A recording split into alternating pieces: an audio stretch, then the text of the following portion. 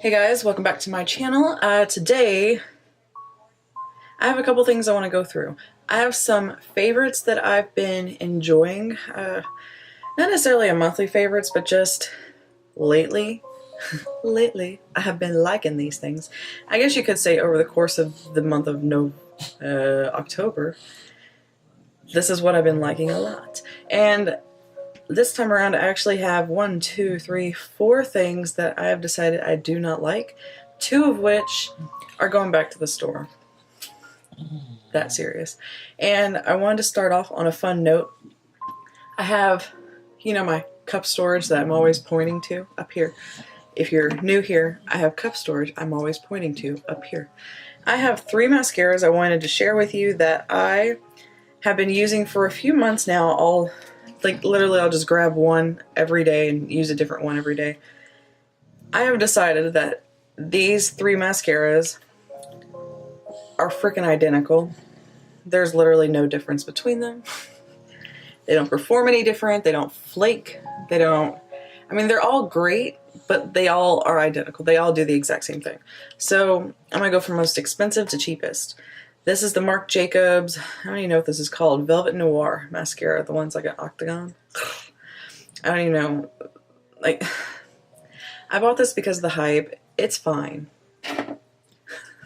I got this in a BoxyCharm. This is the Tartist mascara. Tartist Lash Paint, maybe? I don't know. This one's fine. And then there's this. I think this is $5 flippin'. This is the Lash Princess, the purple one. The Sculpted Volume Mascara by Essence. It's the same. They're all the same. They have different brushes, but as far as how they look, the length, the non-clump factor, the clump factor, the reapplying, the flaking, the removal process, they're all the same. So that's just a few Skittles I wanted to point out to anyone that cares. I'm just going to dive into the pile of crap I have in front of me. Face products. I've been using, these 3 things are not new at all. So I have these 3 things. I'm going to go through each one. This is Essence Brighten Up Banana Powder. I've been pulling this out a lot lately this month, just for a little bit, right in this area. Even sometimes a little bit of the high point. This is a great powder. It doesn't get cakey. It wears well. It does its job. This is the Hourglass Dim Light. Same thing. I've been using this to set for the most part. It does have a little bit more of a pinkiness to it, but it just gives such a good luminosity and doesn't make you look cakey. And this is a highlighter. This is the Original Glow by Natasha Denona in the All Over Glow Face. Wow, I can't talk today. The All Over Glow Face and Body Shimmer Powder. It says shimmer in powder. Whatever. I actually have hit pan on this. As you can see, there's a massive dent across the bottom of this. It's a little bit more solid on this side. I use this all the time. This is just a favorite go-to and doesn't bring out texture. It's old, trusty, reliable, and I like it. I recently got quite a few more brushes from Makeup Forever, and I just wanted to talk about this one specifically. This is the 206. This is the tiniest brush I have. That's now a little flat shader brush. It is sturdy, not super flimsy. This is a good brush. Anyway, so this guy, I like that brush. So I picked this up extremely recently. This is actually the first round of the Sephora Rouge sale or whatever that happened last week. And this is the Sephora Melting Lip Clicks. They always put whatever's in French on top and English on bottom, so I feel like a dumbass trying to read the package. But you click it. This is a recommendation from Makeup Struggles on YouTube.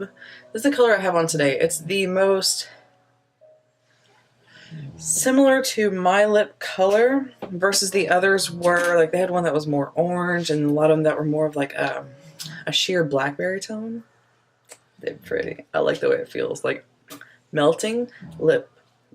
Yes, it literally feels like what it describes itself as. Think that it was one of those oh, here's the alternative for these. This is by Marc Jacobs, the click, click, click, whatever thing. But this has a shimmer to it, versus these are just glossy. And this also has a grittiness to it with its shimmer, which you can feel, and you can kind of feel the color moving around. Even though it's beautiful, beautiful, I really like this and enjoy it. I think the formulation and the wearability of this is lovely. This, I think I've talked about this before on my channel. This is the Multi-Use Sculpting Concealer, Born This Way. Okay, Little Miss Nicole Concilio. Let's get into the video. She was occasionally using this almost like a lighter foundation, like dotting it around and just buffing it in. And I've been doing that lately instead of just using it as concealer. I like it. I like it a lot like that. And I've even worn it more thickly as foundation. I like the way it looks too. It can look a little cakey like that, but I like it. I have two palettes I'm going to talk about. First one, this is the new Desi and Katie Dose of Colors palette. I actually like this. I've been using the mattes more than anything. I think the mattes are perfect step shades, but I wish they would have been more progressively in order, like 1, 2, 3, 4, and then have like your red alternative shade, but I can't tell them what to do in their lives. But these shimmers are really nice. They are similar to the Block Party formula, so there is some fallout, but if you work, you know, do your eyes first, catch any of that. Or what I've been doing lately is if you use your finger, I've been tapping my finger off on my hand to get any kind of excess off, and then going in and really kind of pressing, swiping instead of tra-la-la-la-la. Secondly, or lastly, in my favoritas, before we get into the stuff that I'm kind of pissy about, this is something that when I first saw it, I was like, no. Why? Seriously. And the more I looked at it, I was like, and then reviews were all quasi-positive about it. So I decided to try it. This is the KKW Beauty, the classic eyeshadow palette. Okay, so let's talk about it. This palette, I don't want to blind you, but I'm going to hold it open. Okay, you can see my makeup. Yay for you. So this palette's got rosy tones, neutrals, more warm, cool. This is great. I hate how great this is. This is, oddly enough, probably going to end up in like a yearly favorites video. I genuinely love that you can build like pink colors together. You can do more of like mustardy, like really gold brassy kind of things with this palette. And these shimmers are really nice. They don't have fallout. They're not insanely blinding metallic. They're really nice wearable shimmers. Like, this is a great travel palette. I dropped this the other day and I freaked out. I was like, no, not that one of all my palettes. Like, I kid you not, with my hair being this long and wearing it down, I don't know what to do with myself. I want to talk about some crap that I'm pretty pissy about. So I'm going to talk with the two lighter notes. I'm going to tell you the two that I'm actually going to return. So first of all, this is a brush. This is maybe an $8 brush. Maybe I even got it on sale. It's probably a $5 brush. Morphe M427. It's a duo fiber brush. This isn't even like a giant complaint. Maybe I just wanted to show you this brush. I like the brush head. I like the bristles. I kind of like the way it performs. I like the shape. I don't understand why the handle continues to be so freaking fat and why it's bigger than the ferrule itself. I compared this to every brush I have, and the only one that it's similar to is a bronzer brush that's like this. This handle is so obnoxious when I'm holding it that I get really awkward with it. And I know this is just like first world problems and realistically not even a complaint. But it makes me not want to use this brush, and I don't reach for this brush because how awkward it feels with this giant ass handle. Yeah, get angry.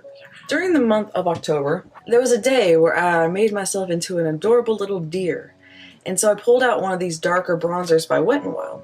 And yes, I know more face products are going to be more sheer than just heavily pigmented. I noticed that like the color payoff in this, I think, is the darkest bronzer. This is the You're Dragging Me Down.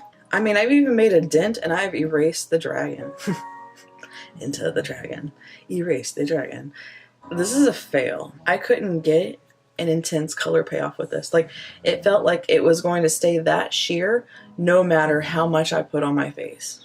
This is the other shade that I really like, Bronze Dynasty, and I don't know. I just feel like these bronzers are not the same. Obviously, they're not the same color, but it's just like, this one works really well. This one you can build up to a pretty heavy intensity. Super blendable. It doesn't look patchy. This one, it just felt like it grabbed onto certain areas. It wasn't buildable. And it was so seriously sheer, and that's unfortunate. So, lastly, I have two things that I am just like so beside myself. I got one of these at Ulta, and I got the other one at Sephora, and on top of that, I got both of these with like my 20% off, meaning like I used a coupon on you, and you failed me. And it was just merely a few days ago, but it's been enough time to where I'm like, I think you got to go back to the store. Like, it's just, no. So I'm gonna show them both to you, and then we're gonna talk about each one. Ready? Bam. That's right. Let's go here first. This is the Dose of Colors Snow Angel palette. I have all of the little 5pan palettes except for the Blushing Berries, and let me just say this to start with. When I pick this out in store, I like to look and see what it looks like inside the box, make sure it's fingerprint free. This, with the brush inside of it, couldn't shut, and I checked all 3 packages that were in the store. You couldn't hear the brush rattling around, and so I kind of roll my eyes with that, but I checked the other boxes of like baked browns, and you could hear the brush rolling around. Like, it could freely, loosely move, versus this, like, this couldn't clasp shut. It was weird. And then something else I noticed right away, and I had an employee like totally watching me, because, you know, I'm not going to test drive every single palette that I open in store. I'm not going to touch any of them. I just don't want the one I buy to be touched. You know what I mean? I looked at some of the other baked browns. They have a plastic protector on the eyeshadows. None of these in store had that clear piece of plastic. So right off the bat, there was a part of me in the store that said there were point blank corners cut with this. And the brushes are all the same. They're the exact same brushes from palette to palette. It's just something about this and how this little palette was created that it was really weird that it would not snap shut with a brush sitting inside of it. And all units in store had that. And all units in store had their plastic missing. It was just one of those like, you could have done a little bit better. Anywho, let's talk about, I can't talk, you guys. Okay, let's talk about my actual issue, because realistically, I can get over packaging. What kills me about this, and the main reason why this is going back, is that all of these shades, including that gorgeous blue, it's one of the eye looks in the campaign for this palette is really talking about this shade. All the way up to this shade. All of them blend darker than what they actually are. And I mean, damn darker. This blue is the most disappointing thing. Hands down. This blue goes in between these two colors significantly. Same thing with this pink. It goes in between these two colors significantly. And this mauve is more of a medium browny mauve. When you put it in your crease just barely on a brush, it is not the same formula as the other mattes that we know and love. Like, and that was my main motive behind buying this, is because that Dose of Colors formula is magnifique. This is not it. By any tail wags and leg shakes, this is not it. There's not a lot of kickback. There's not a lot of fluff, which is what you have with the others. They're a lot more softer with the original matte formula. These are a lot harder. They don't have that cute pattern. But this is not the same formula. This, je regrette. I am so sad about this. Seriously, I would love for that blue to stay that blue. No. Let's talk about this. Okay. This is pretty. This is pretty to look at. Do you see it? No, you don't. Because everyone on the internet's fucking lying to you. Let's play. This is a pan of glitter, and I am returning this. I mean, I've barely touched it. I've breathed on it. That's it. It's going back. What I urge everyone to do is go to Sephora's website and look at the reviews. Sort them differently, though. Sort them by date most recently. And more reviews are coming out that are very mid-range and very low now, that give you more realistic facts about this highlighter. Consistently, all of the bad reviews that know that they're going into a no color-based glitter highlighter will tell you things that I've experienced already with it. And I want to make it clear that this is the reason why I do not like this product, is it moves around. So if you want to put it in a certain area, be expecting that to be all over your face realistically as the day goes by. So if you put it here, it's going to be in your hair. It's going to be down your face. It's going to be on your nose. It's just going to be everywhere. It will continue to move. If you use it with Fix Plus, you will not see a difference. That's too much for me. No way, Jose. On top of that, yes, it is glitter. So I've played with this a couple different ways. I have put it on just as a highlighter. I have tried it with Fix Plus or setting spray on the eye. I've tried it with like Duraline. I put it in the inner corner. I've tried different things. Like, you can't build this up.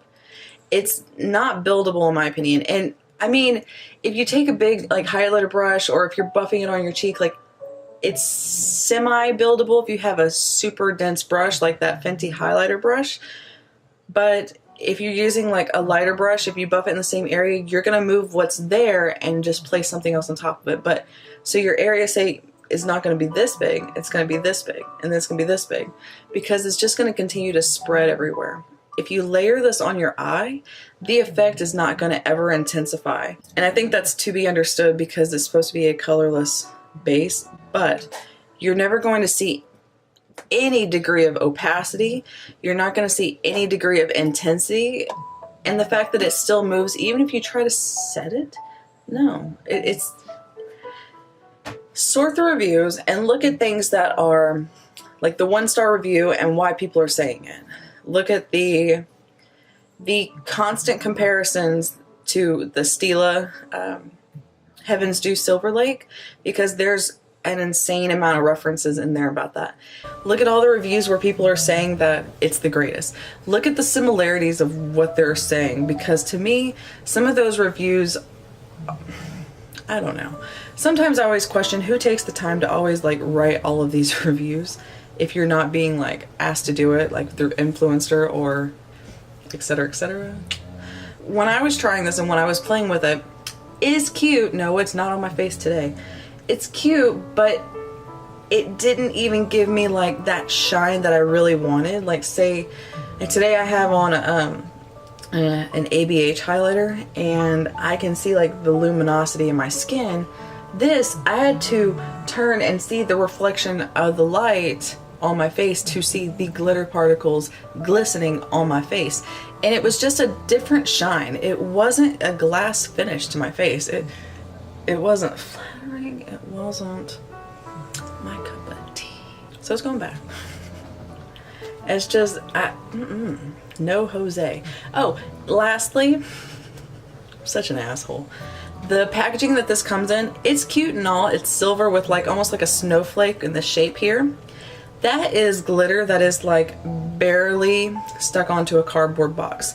So the glitter went everywhere. That glitter was all over everything else that I bought that day. It was all over the inside of the bag, and when I took it out, it was all over the counter. It got on my chair, it got on my purse. I was like, I don't want this craft glitter all over my bane of existence. No. No. I feel so passionate about the dumbest shit today. So anyway, there you guys have it. There's a couple of my favorite things that I've been enjoying. There's a couple of the things that I am slightly put off by. It is what it is. Hope you guys like this video. Please hit the like button and subscribe to my channel, and I will see you next time. What am I doing with my hands? Okay, bye.